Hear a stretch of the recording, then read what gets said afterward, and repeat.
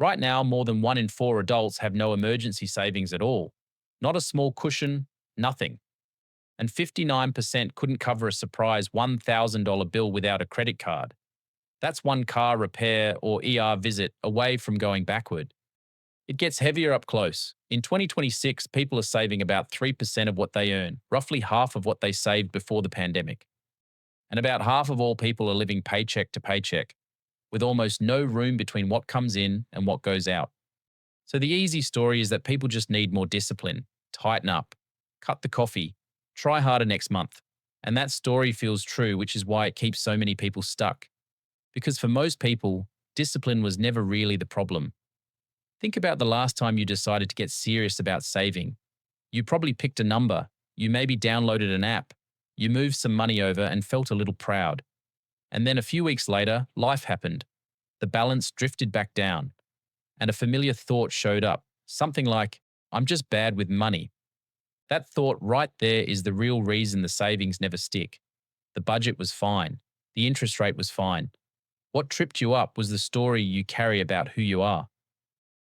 Here's what researchers keep finding.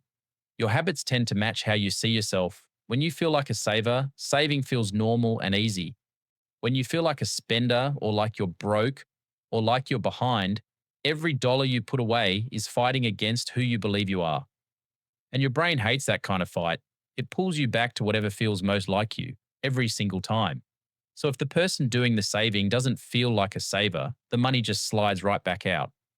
There's real proof behind this. One study found that about 65% of people who see themselves as savers set clear savings goals. For people who see themselves as spenders, it was only about 30%. They had the same tools, the same apps, the same advice, but more than double the follow through, and the only thing that changed was how they saw themselves. And these labels didn't come from nowhere. Every time you spent money when you were stressed, every time you avoided opening the banking app, every time you told a friend, I'm terrible at this stuff, you handed yourself a little more proof. The label grew, and now it runs on autopilot, shaping your choices before you even notice you're making them. That's why willpower runs out so fast. You're not just fighting one purchase, you're fighting a whole story about yourself. And those stories are stubborn. And here's the sneaky part. You don't even hear the story most of the time. It runs under everything. Like background noise you stopped noticing years ago. You see something you want. You feel that little pull, and the money's gone before your logical brain ever gets a say. Then later you promise yourself you'll do better, and you mean it, but the story is still driving. So the willpower you're leaning on was always going to lose because it was pointed at the wrong thing the whole time. And the cost of that story is bigger than it looks. When you have no cushion, every surprise turns into debt.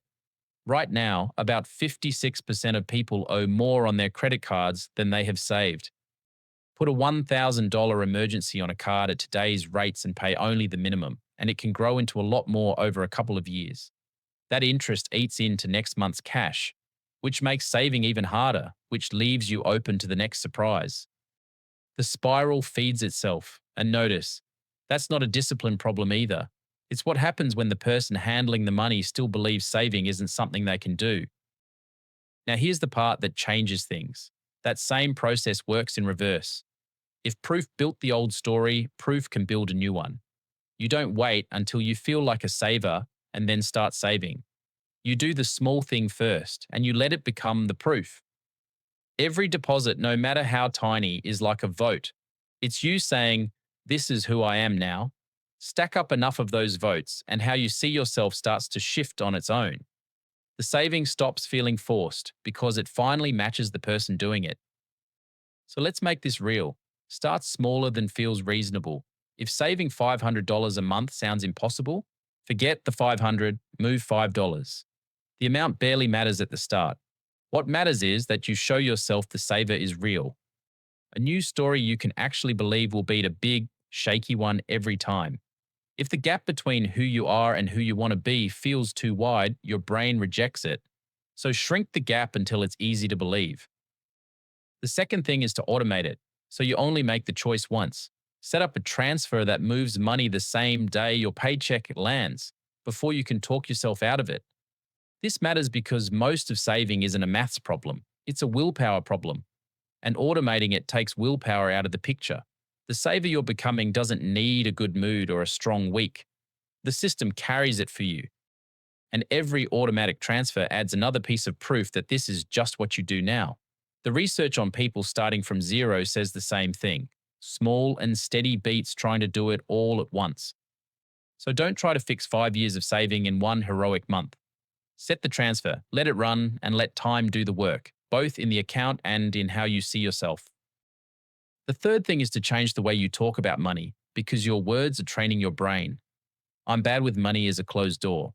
Swap it for something honest and open, like, "I'm someone who's learning to handle money well." That small change matters more than it sounds. One sentence keeps you stuck in the old story. The other one opens it up and gives the new story room to grow. Pay attention to how you talk about yourself out loud and in your head, because your brain is always listening and always collecting proof. Catch the old label the moment it shows up and answer it with a new one. Do that enough times, and the new sentence stops feeling like a stretch and starts feeling like the plain truth. The fourth thing is to set up your surroundings. So the right move is the easy one. Delete the shopping apps that make impulse buying a two-tap habit. Unfollow the accounts that leave you feeling behind. Put your savings goal somewhere you'll actually see it. Your surroundings shape your behavior whether you notice it or not, so bend them in your favor. You're not trying to fight temptation forever. You're building a life where the saver's choice is simply the easy one. Now step back and notice what all of this really is. You're not chasing a number anymore. You're becoming a person.